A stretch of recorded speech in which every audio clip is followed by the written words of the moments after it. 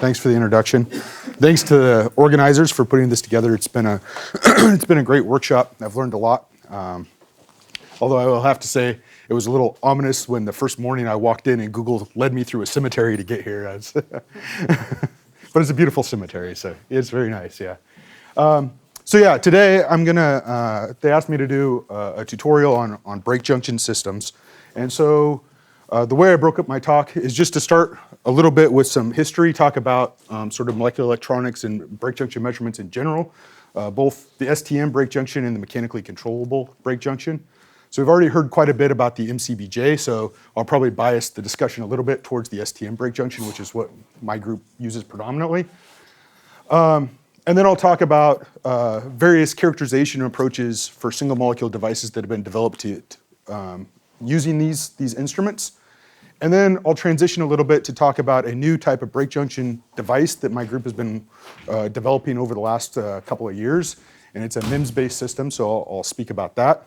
And really the goal with this system is to integrate it with a Raman spectroscopy system so that we can get Raman signatures out of a single molecule junction. So I'll talk about the progress there.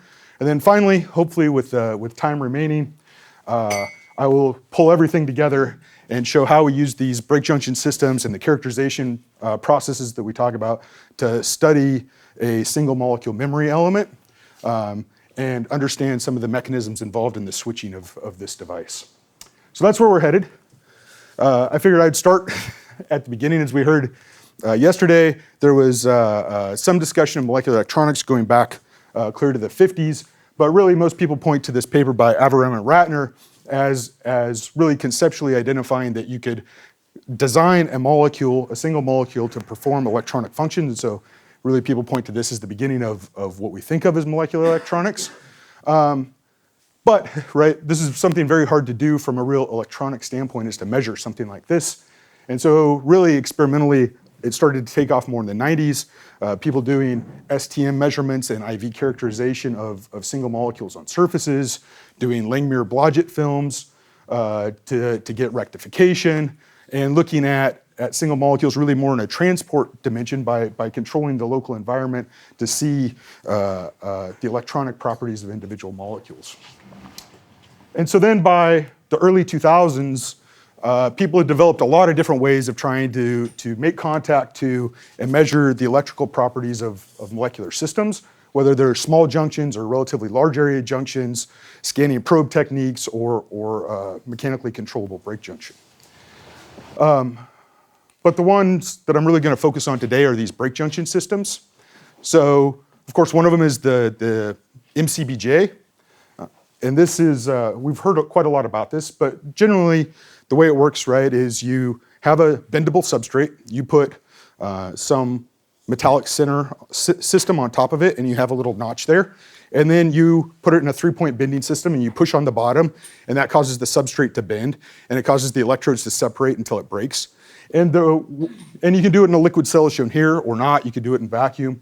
But one of the primary advantages of this system is that you get this huge mechanical reduction of your movement, right? So it's pretty common to get a mechanical reduction on the order of like 10,000. So if you push up, if you want to get a 1 nanometer separation between your electrodes, you actually have to push up by 10 microns, right? That makes the system extremely stable. And so you can really control very precisely the separation between your electrodes. But the costs of that are that it's generally a little bit slower. And if you're using something like a piezo to drive it, if you go down to low temperature, you lose a lot of movement of your piezo, so it becomes harder to break this. Those are all things that can be designed around. So you have systems that work in vacuum. You can control the mechanical reduction by the way you design the system, and so it'll work at low temperature, work in solution phase, and in a variety of environments. The other one that's really common is the Stm Brake Junction. And this one, right, you simply use a normal scanning tunneling microscope. And so the separation between the two electrodes is really controlled directly by a piezo, usually a piezo tube.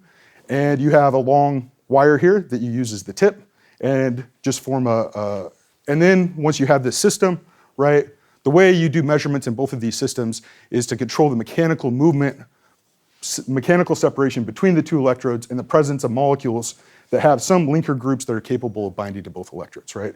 So you just apply a bias to these, you drive the two electrodes together, you pull away, measure the current continuously while you do this, and what you get are curves that look like this. So sometimes you will just get an exponential decay, and sometimes you get these step features.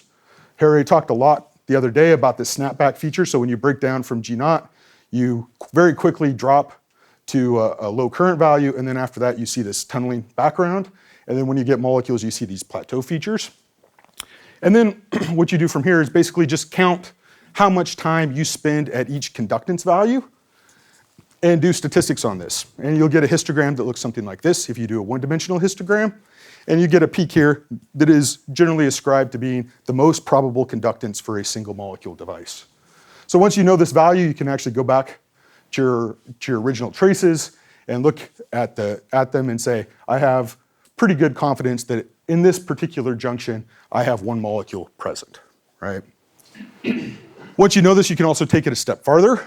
You can add a control system that will recognize when you get a plateau at these conductance values, and then you can stop. And then you can start to apply different characterization techniques, right? So these are mechanical systems, so you can apply mechanical movement, you can sweep the bias. Depending on whether you're using an MCBJ or an STM, you can do gating or electrochemical gating. And right, so you can do things like sweep the bias, get an IV curve. You can automate this process, so then you can get thousands of these types of measurements.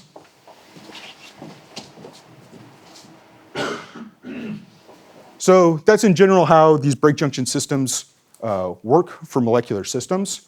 I will just very briefly point out that they actually evolved in a somewhat different stream. They're actually originally developed for doing studies on metallic point contacts. And in particular, the mechanically controllable break junction was first invented in the mid-'80s to look at gaps in superconductor wires, right? So they would notch this and then look at the tunneling, be able to control the tunneling distance in a superconducting gap. But by the early and mid-'90s, they were used to look at thinning of other metallic systems, right? So you could actually get quantized conductance values out of things like sodium and copper, gold. And so the same thing happened for the STM, right? Just starting to use it instead of an imaging technique to form these very small point contacts and look at the effect of thinning the metallic wire on the conductance properties of these as you get down to the quantum regime. And I think very quickly people realized that there's sort of some complementarity between the two. And so even in the late 90s, there were papers published that used both systems to look at things like gold atomic wires and look at the stretching and length dependence of these systems.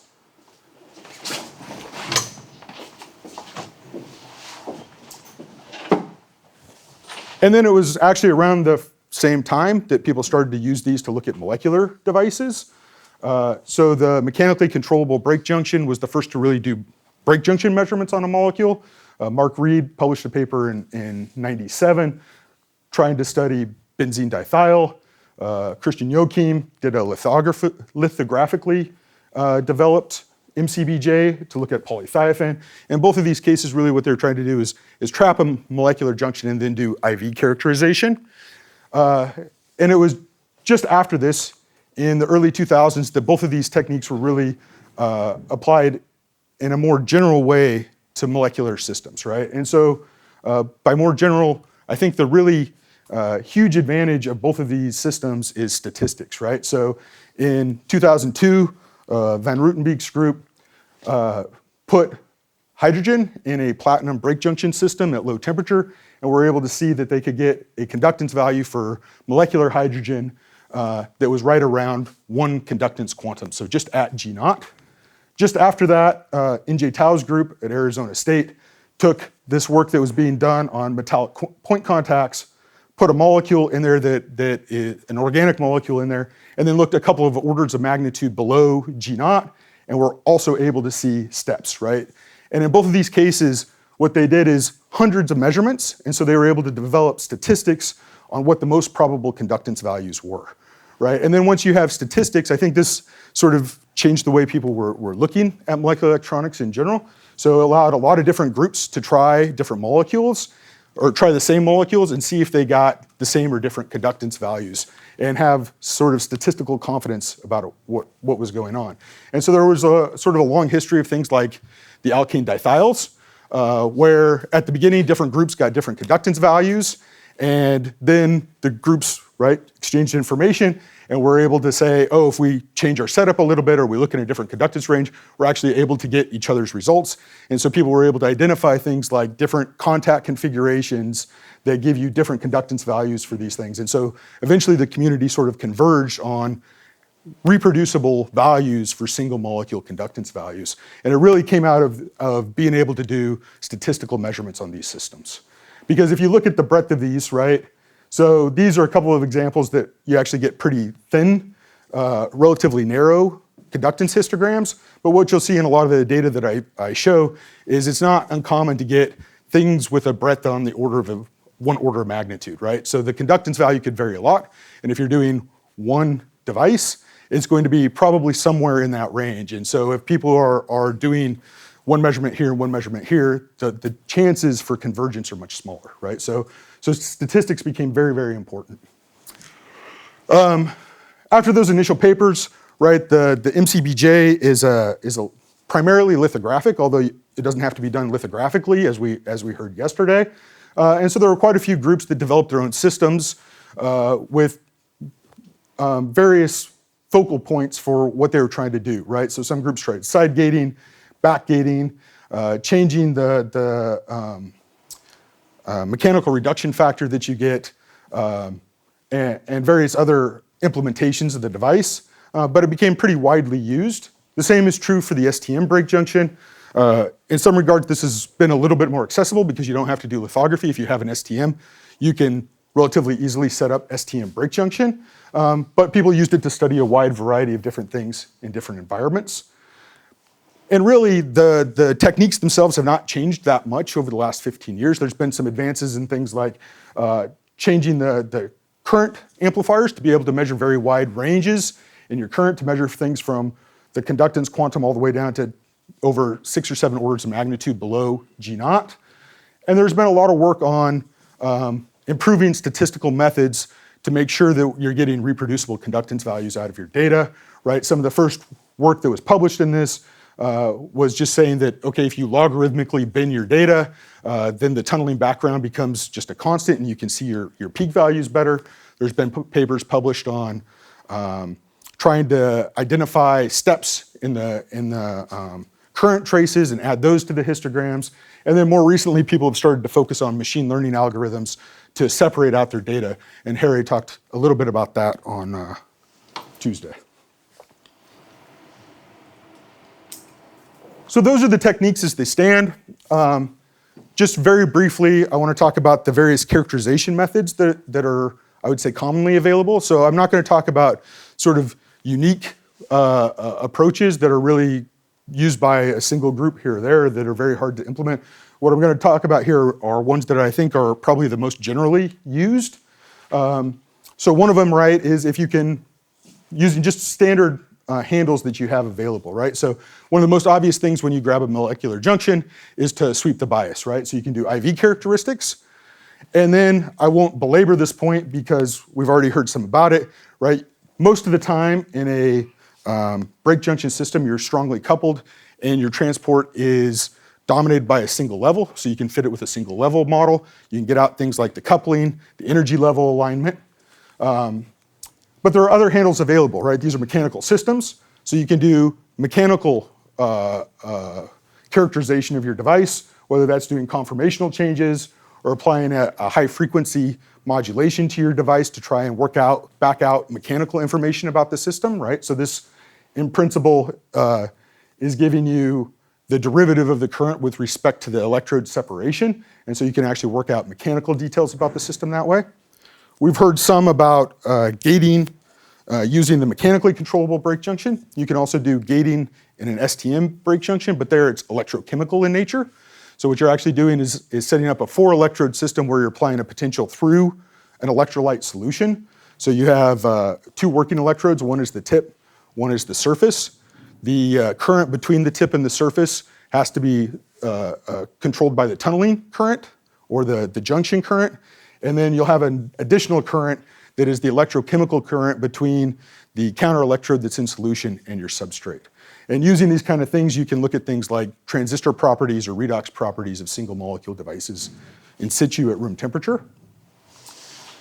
And then, of course, there's various tunneling spectroscopies, right? So one of the more common ones is IETS. I put a couple of examples there. But what you're looking at are how do you do vibrational or electronic transitions in the molecular device as you sweep the bias.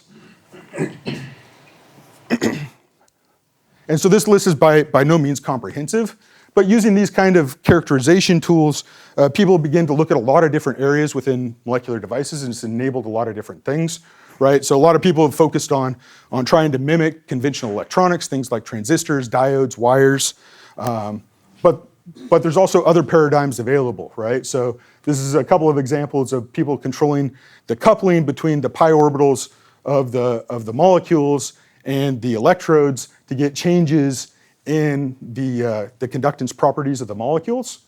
We heard already about thermoelectrics, bioelectrics, so looking at things like proteins, DNA, RNA.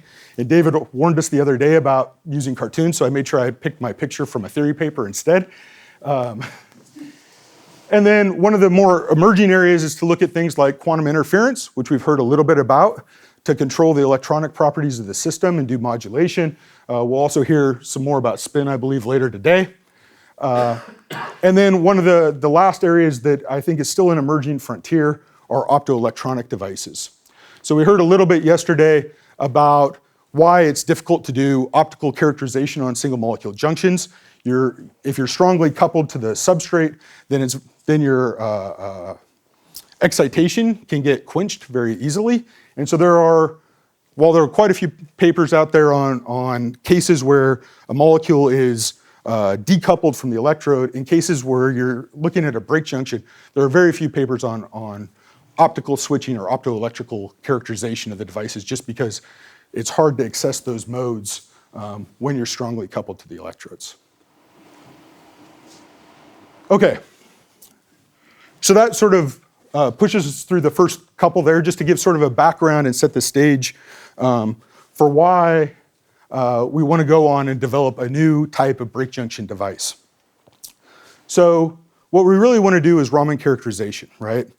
And if you want to do this, right, and you think about the traditional approaches, mechanically controllable break junction or Stm Brake Junction, both of them have significant disadvantages for trying to do optical characterization, right? So for the it's not impossible to do, right? There are groups that do all of those, but if you have the STM, right, you have typically these large substrates, you have a long tip, and so you have to have a very long working distance. That decreases your solid angle for getting light out of the system and decreases your efficiency. So you may think, well, the mechanically controllable break junction is a better device to try and do optical characterization with. But remember here, you're doing 3-point bending, and there's this huge mechanical reduction. So you're constantly changing your focal position. So if you want to do optical characterization on one of these, you have to take into account that you're continuously moving this by many microns to get nanometer changes of separation between the junction. So what we decided to do was take quite a bit different approach. We developed a MEMS base, so MEMS is micro electromechanical system, break junction system where all the actuation is done in plane, right? So this yellow carriage that you see here is actually moving back and forth in plane, right? So there's no Z movement. And if you think about it optically, what that means is you can put an objective really arbitrarily close to the junction. So the way this system works, these little fingers that you see out here are capacitors between this carriage and these other electrodes. And we usually don't think about it, but when you apply a voltage to a capacitor, you're actually generating a force, right? But if there's a solid dielectric in between, that doesn't matter. But if instead you're coupling your capacitor to a series of springs, like these silicon cantilevers that you see here, you can actually generate a force and generate movement that way. And so we're using these capacitive coupling to actually generate a force and move this slide back and forth. And so we have two sets, one for pulling it away, one for pushing it forward, and then the springs are the restoring force in both cases. And then there's a large mechanical anchor for the whole system to hold it into place. So conceptually here, I showed this as a tip and something that looks like a substrate, but really what we ended up doing at the end is to create this sort of bow tie structure, similar to what you do in a mechanically controllable brake junction. And then once we're ready to do experiments, we use the force generated by these capacitive actuators to break the junction in situ. So this is conceptually what the device looks like. This is the actual layout of it, right? So that actually takes a lot of capacitors to be able to generate the kind of forces and stability that we want. And this one pulls away to break this little junction. This one can push it forward. So if you get some mechanical relaxation after you brake, the restoring force may not bring the tips all the way back together. And so then you can engage the other direction to do tapping. And then this other set of capacitors here is for distance measurement, right? So typically with an STM, you can measure distance over however far you can tunnel. But with some capacitive sensors here, you could potentially run closed loop over any set of distances that you want, right? So we can separate these in principle much farther and still have a good idea of what the separation is between the two electrodes. So this whole system here is about 2 millimeters by 2 millimeters. So we can put 4 of them on a chip. So this is the actual chip layout. And so one of the big questions, right, to be able to design something like this, I won't discuss in a lot of detail the design, but I will point out a few of the caveats or pitfalls, right? What you want here is a system that can generate enough force to be able to break the gold junction, right, or whatever metal you happen to put there. But it also has to be quite stable, right? So that means you have to have a large mechanical stiffness, and you also need sub-angstrom precision of the movement between the two electrodes, right? So there's a few design constraints, but if you carefully control the capacitance and the voltage range that you're trying to apply and these springs, you can get a system that can move on the order of a couple hundred nanometers, but still have good sensitivity of the displacement, right? So one thing that you'll notice is that the sensitivity, right, the movement of this tip depends very much on how much voltage you're applying, right? So it's extremely nonlinear because it's a capacitive effect, right? And one of the other things you'll notice is this is starting to trend upwards in both cases. So you may get 300 nanometers displacement at 50, but if you get to 60 or 70, actually you get an effect called snap-in. And so if you get your voltage too high, the whole system you'll apply it and it'll just collapse, and then it sticks together, and then you're done, right? So you really don't want to be operating up in this regime, but if you can get it to operate down in this 10 to 20 volts actuation range, then you get sensitivities on the order of a few nanometers per volt, which is really exactly on the order that we use in STM piezos most of the time. So you can really design to get sort of in the same spatial regime.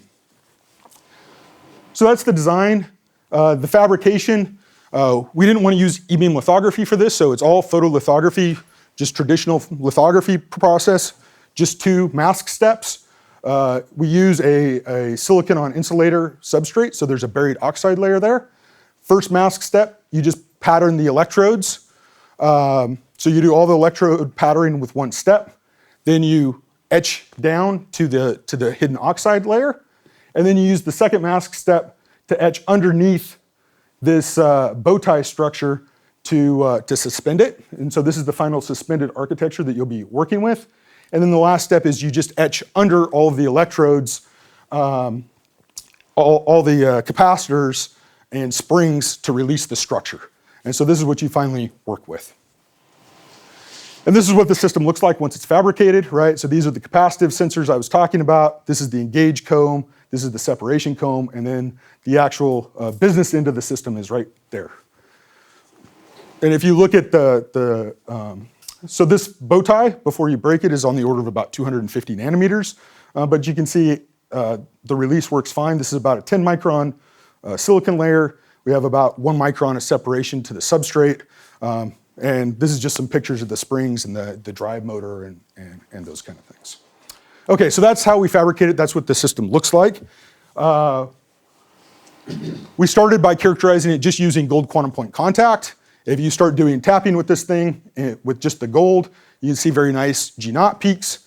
You can also use this approach to characterize the sensitivity of the drive system. So it's well known that at room temperature, this last plateau, this last G0 plateau is on the order, or on average, about 1 atomic length, right? So 1 gold atom.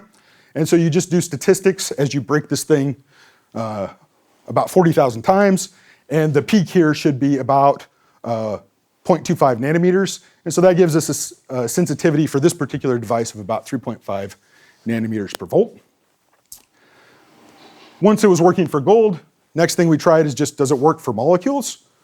Now, I mentioned at the beginning that the alkane dithials were sort of a special case in the community. They were sort of the fruit fly for quite a while, so people use those to characterize most new techniques that they develop. And there's a couple of different conductance values that people have found. And so right away, we see 2 of the 3 conductance values. And we can do this thing I talked about at the beginning where you pull, recognize the plateau, and then sweep the bias so you can get statistics on the IV characteristics. And we can actually measure both of those in situ.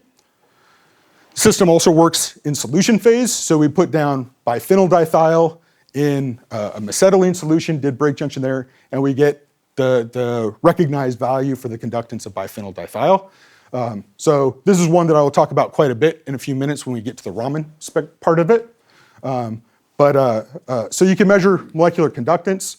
And of course, one of the questions that all the break junction people in the room will ask me is, well, how stable is it? How does it compare to things like STM or mechanically controllable break junction? And one of the ways that you check that is just to put the system into tunneling range, let it stabilize for a little while, and then turn off the control system and see how the system behaves after that. So we did that with after we had put a biphenyl layer on the surface. And what you see, right at this point, we turn off the PID. It looks very noisy at the beginning, and then sort of slowly it drifts away. But clear out at 150 seconds, so this is seconds, you're actually still able to measure tunneling current. So it's relatively stable. This is all done at room temperature in ambient conditions. But if you zoom in on this region, actually what you see is this isn't just noise, this is 2-state fluctuations. And if you zoom in on it enough, what you find is these are actually blinks. This is sort of characteristic of blinking behavior of a molecular junction. So these are the conductance values. This one's done in air.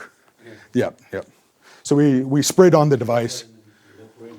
You have to be a little careful about evaporation because the capillary force will actually sometimes cause the system to stick. So this we actually airbrushed on, very, very thin layer. We can also do evaporation onto it. But yeah, you see these blinks really match the conductance value for biphenyl dithiol.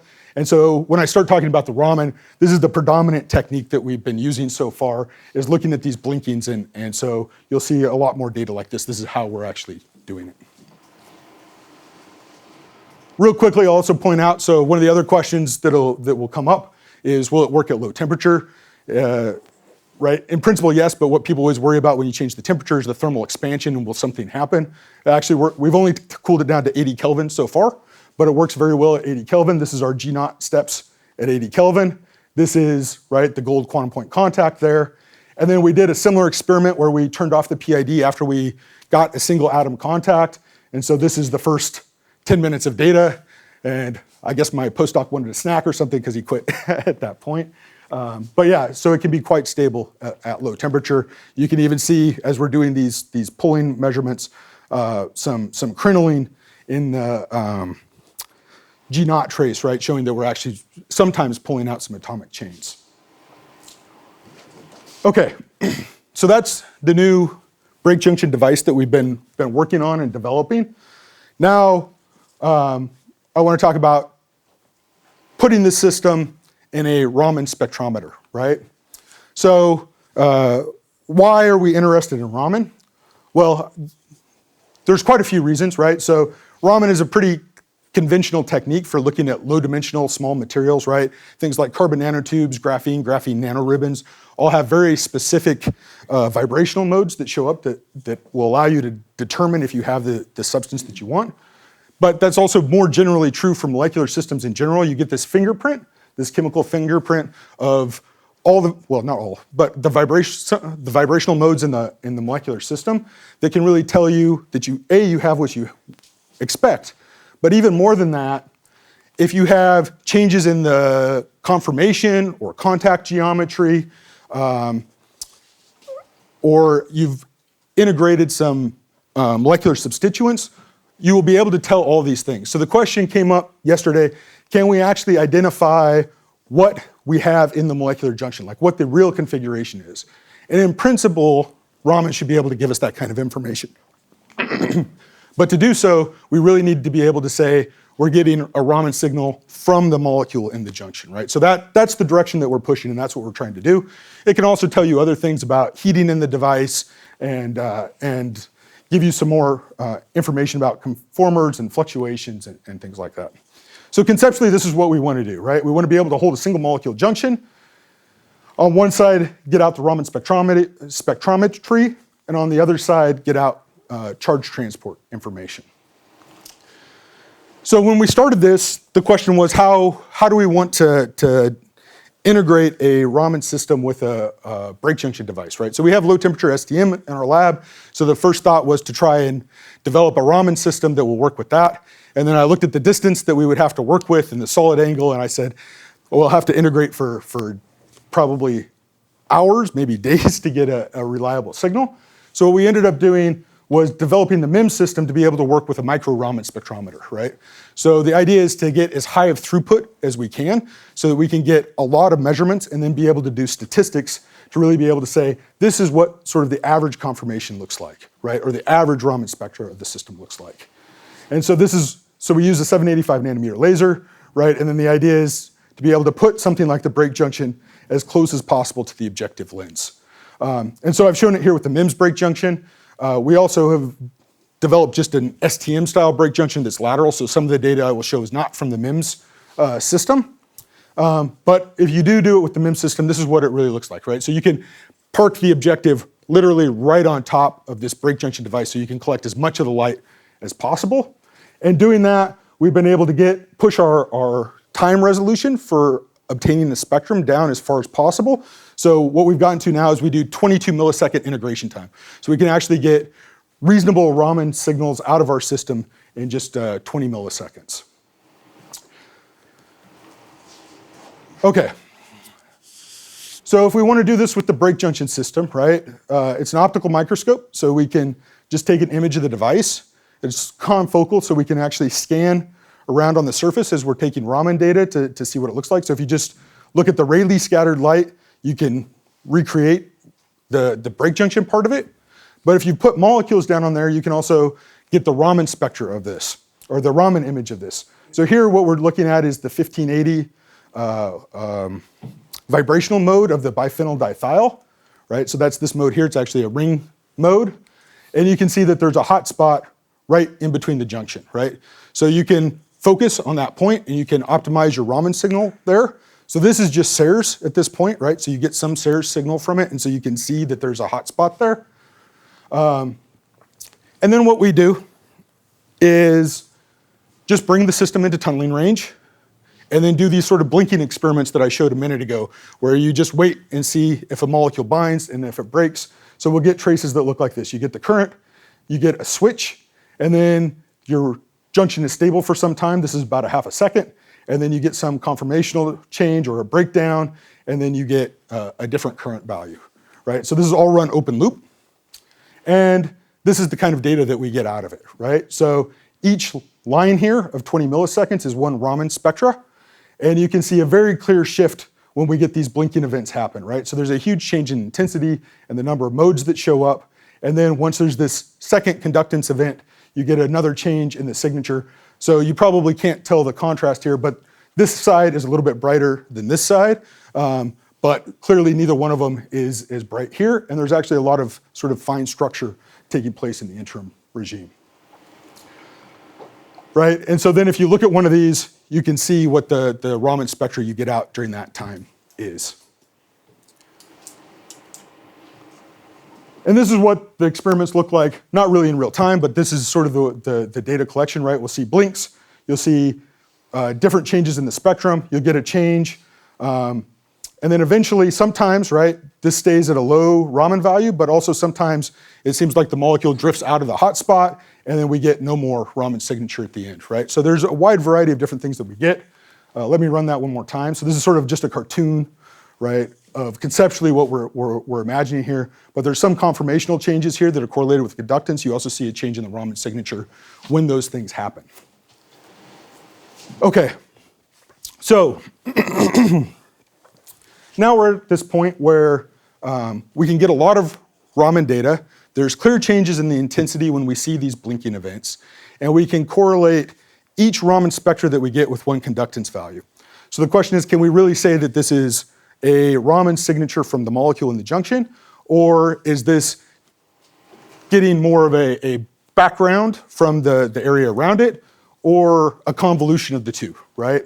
And so, I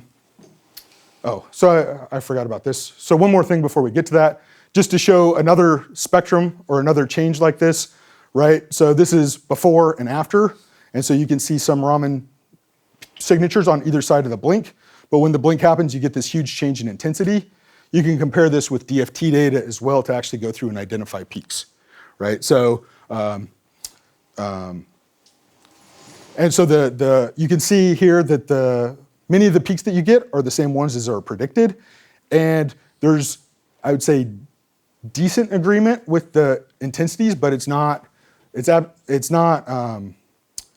the intensity that you predict is not always what you're getting here, right? Like clearly this mode is missing, right? But we have correlated conductance in Raman data, and so now you can actually go through and look at, if you're in the conductance range of your molecule, what does the Raman signature look like? If you're off step somewhere, what does the Raman signature look like?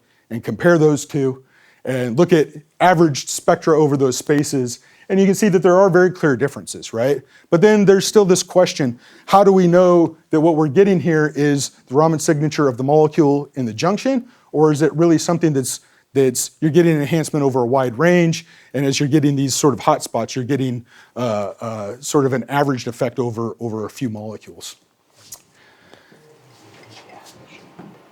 And so what we really wanted to do was correlate just direct sort of conductance information from it. And so we have lots and lots of spectra now, and we wanted to see if there are spectral information that could really help us identify single molecule sort of features. And so it's 2019, right? You have lots of data. So what do? You bust out the machine learning toolbox and have a go to see what kind of things you can pull out of it, right? So there's generally two types of machine learning, right? The first is, I think, the one we're all more familiar with is supervised machine learning, right? Like you get 1,000 handwritten A's and 1,000 handwritten B's, and you feed all these things into a computer, and you let it train on that data, and then afterwards you give it one that it hasn't seen before, and it can say this is an A or a B or whatever, right? But a more general approach, something, right? So the problem with that for us is that we have to first train it on what a single molecule signature would look like, and that's actually the information we're trying to get. And if we did develop all that training data, then we would be developing a system that has the same bias as the experimenters, right? So that's not the approach we want to take.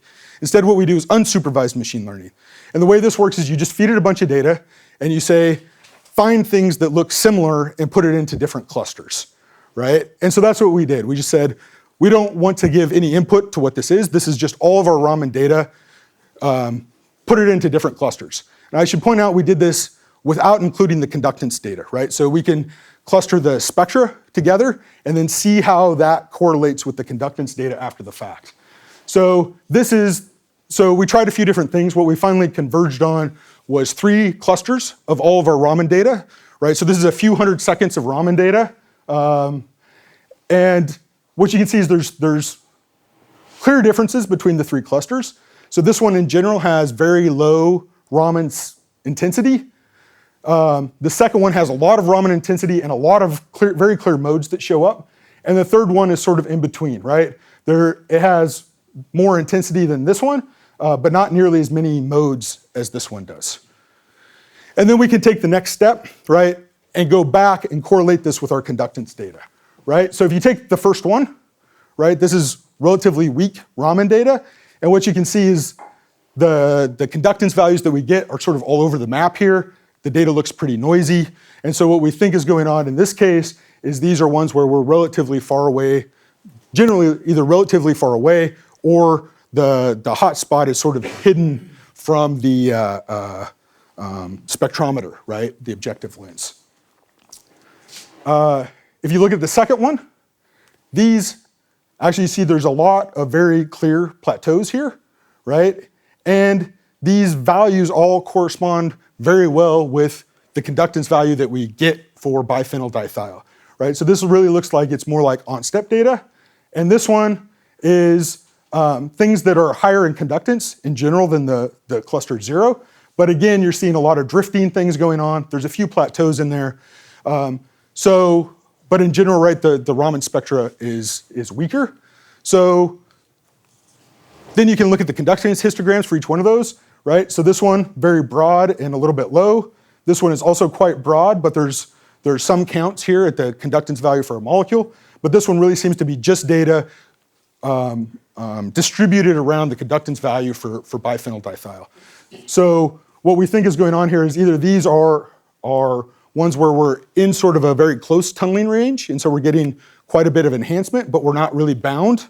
Or if we are bound, then it may be in the shadow of the electrode, so we're not getting as good of Raman signature. And then this is the one that probably looks like it's on step, right? And if you look at the individual traces, so this is one of our blinking curve data, right? So again, each line here is one Raman spectra, and this is the current trace with time, and so you can see it's sort of slowly drifting away. And this is the cluster number that each one of these Raman signals is sorted into. So what you see is you have this long plateau, and then a sudden break, and all this stuff at the beginning is cluster 1, then cluster 0. There's a small blink here, you get more stuff in cluster 1, and then it drifts away a little bit, and you get another blink and another cluster 1, and then eventually it just sort of drifts out of our range. And so it really does seem that the things that are in this cluster 1 are the things where we're actually holding a single molecule junction. The other thing you can do is just look at the average Raman spectra for each one of these, right? So I said, okay, there's a lot of intensity changes, and you can see that from the color map, but I think it's much more intuitive to look at the real spectra, right? And so this red one is cluster 1. You can see there's this huge intensity change for a lot of bands, and there's a lot of modes that show up in this cluster 1 that don't show up in the other two clusters. And so we sort of tentatively assign these, right, as on-step, TERS-like spectroscopy, right? So sort of very near field, and then a little bit farther away where you get weaker Raman signatures. Okay, so really what we've focused on so far is trying to correlate the conductance values and the time changes with the spectral information, right? But we also have the spectra. So can the spectra themselves give us additional information to get confidence that what we're really looking at is a single molecule device or not, right? So to do that, we turn to doing some Dft simulations of the system. So this is just a few different examples, right? So we shouldn't have this one, right? Because there's no solution there, right? So there should be no unbound biphenyl dithiol, but we use this as sort of a reference spectrum. We could certainly have ones where we're attached to a single gold atom, and then we have ones where, hopefully we have ones where we have 2 gold atoms there. And if you calculate the Raman spectra in each one of these cases, what you can see, so I should point out this is no field enhancement. This is just a change in the polarization with the addition of the gold atoms. In the case where you have 2 gold atoms, you get really huge changes in the intensity across a wide range of values. So these may be a little bit hard to see, but there's a whole bunch of low energy modes that show up here that aren't in the other 2 cases. And so it looks actually pretty similar to the kinds of things that we get from the experimental data. And if you go through and pick out a few individual modes to focus on, right? One is like this 580 peak, that's a ring mode for biphenyl dithiol. If you have a single gold atom, then, or if it's only attached on one side, this mode actually splits. And if you have a gold atom on both sides, you should get a redshift, right? And if you zoom in on our spectra, we actually see these kind of behavior, right? So if we think that this is where we're just getting tears-like data, we get this splitting of the modes. And this one, where we think we're on step, is actually redshifted, right? I would say it's redshifted more than you would expect from the theory, so there's still some uncertainty there, but you're getting clear changes in the spectra between the different cases. You can also look at some of the other modes, right? So I showed that there's all these smaller energy modes. If you zoom in on that, you can see that in general, we get pretty good correlation with the predicted vibrational modes and the ones that we see. And in particular, I want to point out these that really only show up in the on-step data. These turn out to be contact modes. So for example, this one here is a gold sulfur carbon twist mode. And you actually get, the energies aren't showing up, you actually get somewhat different energies in this case than in this case. Again, there's a splitting, right? And so this actually matches much better with the 2 gold atom case. So we're actually where you're more in junction configuration. Okay, so let me pause for a minute because that's I think a lot to try and digest. So can we really identify single molecule junctions? Well, there's quite a few things that point that that's a possibility, right? So you can see very clear changes in the Raman spectra that correlate with the conductance value that you expect for biphenyl dithiol and the time, right? So they go on and off together. You can actually extract out data that looks spectrally different that correlates very well with your conductance data. There's a large change in intensity, and if you drill down into the vibrational modes, you can actually identify specific vibrational modes that should change if you're in a single molecule junction, right? So I think you can say that at the minimum, the spectra that we obtain in these sort of on-step cases is dominated by the molecule that's in the junction, right? So there's probably still some additional background there, but it really is dominated by that case. And just to see if this is, so this is still sort of preliminary data, just to see if this is more general, we've also tried this with biphenyl diamine, so we don't have as much data here, but just to give you sort of a quick example of how else this might work. We did the same kind of measurements with this one, so it's just amines instead of thiols. And in this case, we just clustered it into 2 clusters. You get one that matches the conductance value for biphenyl diamine and one that is lower. And if you look at the individual spectra for these, you can see very similar features to what I just talked about, right? There's a large change in intensity when you're in this on-step configuration. You get a shift in this ring mode, and you get an increase in contact modes, right? So it seems that these kind of features may allow you to really start to begin to generally identify single molecule Raman spectra. Okay. So I've got what, about 10 minutes or so? Yeah, okay. Okay, so finally, I want to try and put all this together, right? And show how we use break junction devices, these characterization techniques, including the Raman, to analyze and understand the behavior of a single molecule device. And so for that, I'm going to focus on a molecule that actually acts as a memory device. So this is a well understood molecular photo switch. So generally the way it works is you do this in solution phase, you shine light on the molecule, it goes into the excited state, and then it relaxes down into the quadricycling state, and then you just wait or heat it up a little bit, and eventually it will relax back into the NB state, right? And so this is, you have a different absorption spectra in the 2 cases because, right, in this case you don't have any double bonds. And so you can easily identify when it goes back and forth, and it's very reversible, right? So it's a very stable molecular system. You can repeat this cycle in solution phase 100 times and get really practically no degradation, right? So the question for us was, can we switch this kind of system in a junction, right? So our collaborator, Casper Moth-Paulsen, generated this derivative for us that has these long OPE arms on it so that we could put this in a molecular junction, right? And then the question was, using some other experimental control, whether that's voltage or current or mechanical strain or temperature, can we access these 2 modes in some other dimension, right, through this system? So the way we started, so this was done with the Stm Brake Junction in vacuum, and so we started at 300 Kelvin. And if you just do a brake junction measurement at 50 millivolts bias, you get one conductance peak. And right, so ex situ, we did some characterization on it to be sure that really what this is the NB state, right?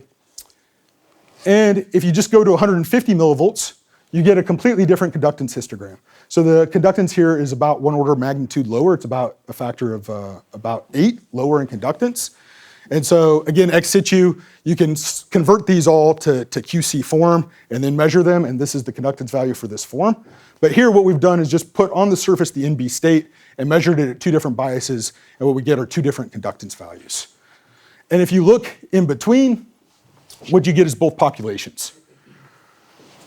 So what we did is do this a few times to try and find out where the population between the two states was 50-50, right? And so we call that our switching potential. And it turned out to be just over 100 millivolts in this case. And so the obvious question is, why is this molecule switching, right?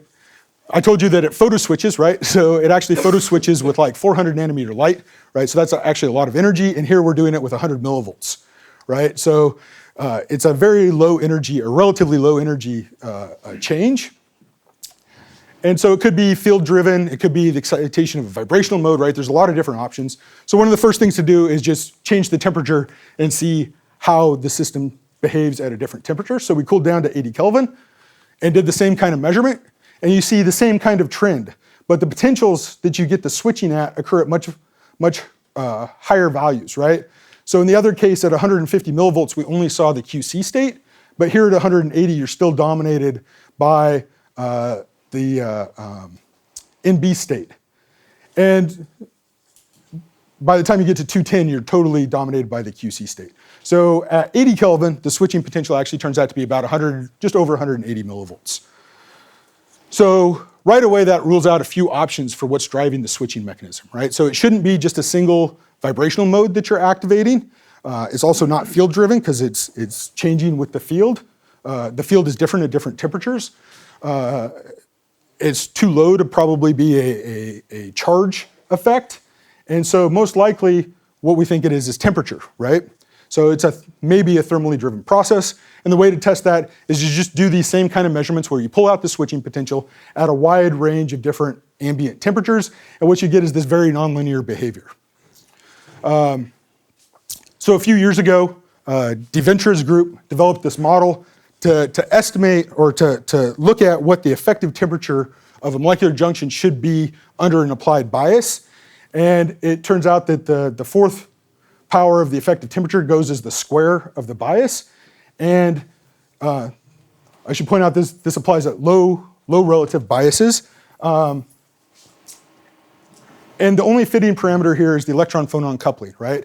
And we get very good match to our experimental data. So this gives us some certainty that what we're doing is effectively changing the temperature using the bias, and that's what's driving us through this process, right? And the electron-phonon coupling that we get is on the order of 750 Kelvin per root volt, right? Which is also a relatively reasonable value for a highly conjugated molecular system like this.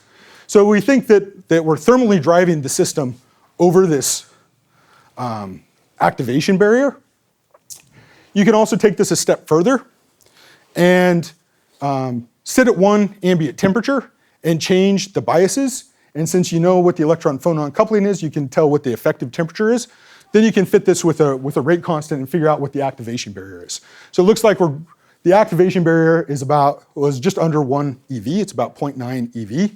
And so at just 325 Kelvin, you're actually able to drive the system over this energy barrier. And so the temperature, the effective temperature in all these cases is the same, right? It's 325 Kelvin, which is relatively low.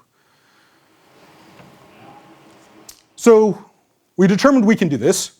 The question is, can we go back? Yeah? Can you see this switching in the gas phase as well with temperature? Of this model? No.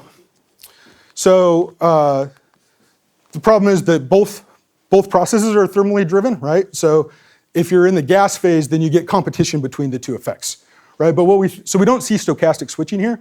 What we think happens is the conductance of this one is much, much lower, right? It's a factor of 10 lower, and it's not conjugated, so the electron-phonon coupling should also be less.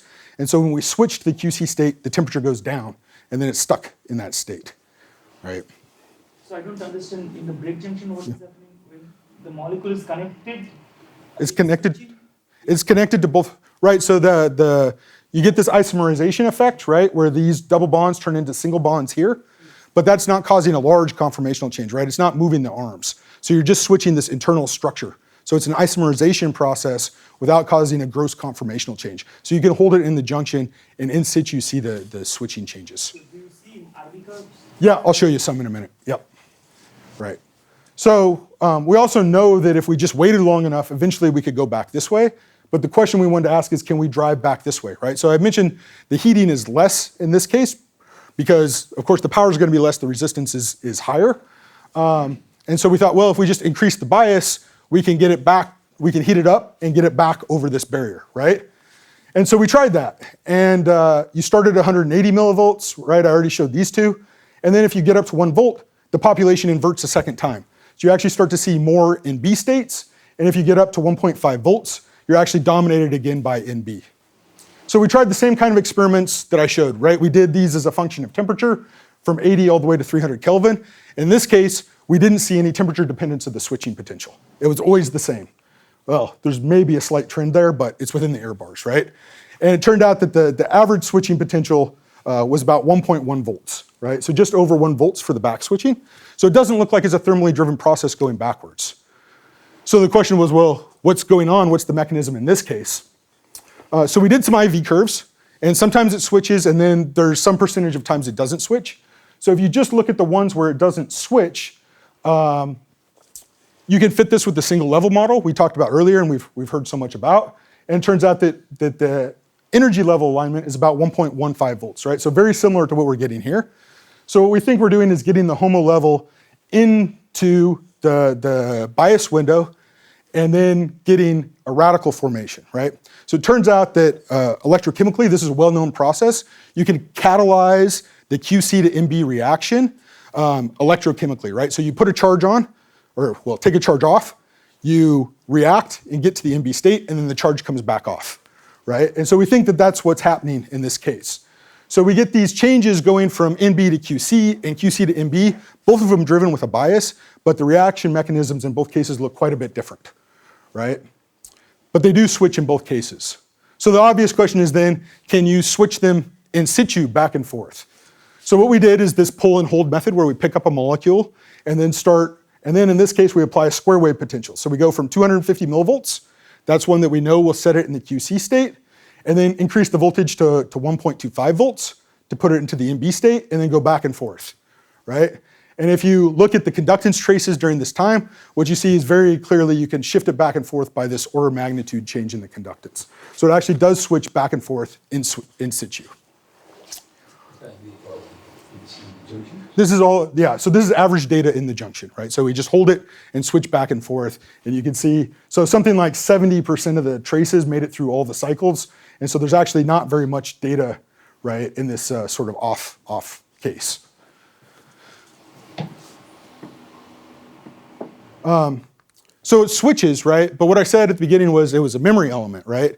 So the next question is, if you put it into one of these states, can you decrease the bias and actually get it to stay in that state, right? So we know even at room temperature, both states are stable for some given time. So in the junction, the question is, are they still stable or not? And so this, we applied a little bit different waveform, right? So in this case, we pick up the molecule, and then for about 200 milliseconds, we apply 250 millivolts. This pushes it to the QC state. Then we go to a relatively low bias of 0.75, so not as high as we drove it last time. So the probability of it switching here is less. But then drop it all the way to 50 millivolts to see if it stays in this NB state, right? And what you see is the ones that do switch, so this is only the curves that switched in this case, the ones that do switch stay in that state after the fact, right? So something like 90% of them stayed in the 95% of them stayed in the NB state after we got to that effect with this bias profile. So I should say that's not universal. We can also do the reverse. You write the NB state, change it to the QC state, and then drop the bias to read and see if it stays in the QC state. You can also see that kind of behavior. So you can really put it in either one of these states and leave it there, at least for some time. Now, finally, close the loop. Can we do Raman spectroscopy on this system, right? So this I think, is a sort of an ideal platform for trying to determine whether we can really do single molecule Raman spectra, right? Because what we put in the system is only NB state molecules. And so if we can determine a signature from the QC state, then that should really be the molecule in the junction, right? So we started just by doing Raman correlated with our conductance values. And what you can see if you just project this onto the axis is very clearly you see both populations show up. So I should point out this one is done in air rather than in vacuum, so the biases are a little bit different to make it work. It behaves a little bit differently when you're in an ambient bath. But then if you look at the Raman spectra for these two cases, right, so these are just the histograms of the Raman peaks for each one of those cases. And you can see if you start to zoom in on some of these areas that there are very clear modes that should show up when you're in the QC state and some that should show up when you're in the NB state. And so in situ, can you actually identify these types of features? And do they correlate with what you expect from the DFT data, right? So the next measurement we did was this sort of pull and hold technique, right? So we would stop and sit on this plateau and then collect Raman spectra while we're holding the molecular junction. And what you get out of it are spectra that look like this, right? And so you can see very clearly that there's some changes, just like what I showed in the averaged histograms. And there are some changes in the modes that correlate pretty well with what we get there. I'll point out in particular, this one at high energy, these 2400 modes. So there's actually a redshift when you're in the NB state, that this should be at 2364, and it's a little bit overcut by the DFT data, but there's a peak right there at 264, and for the QC state, you're getting this mode right at 2400, right? And this relates to these triple bond stretches, right? And so the only way really we should be seeing QC state information is if we're looking at the molecule in the junction. So I really think we're getting to the point now where we can get single molecule Raman spectra in the junction. So with that, I think I'm actually past time, right? I'll just briefly sum up, right?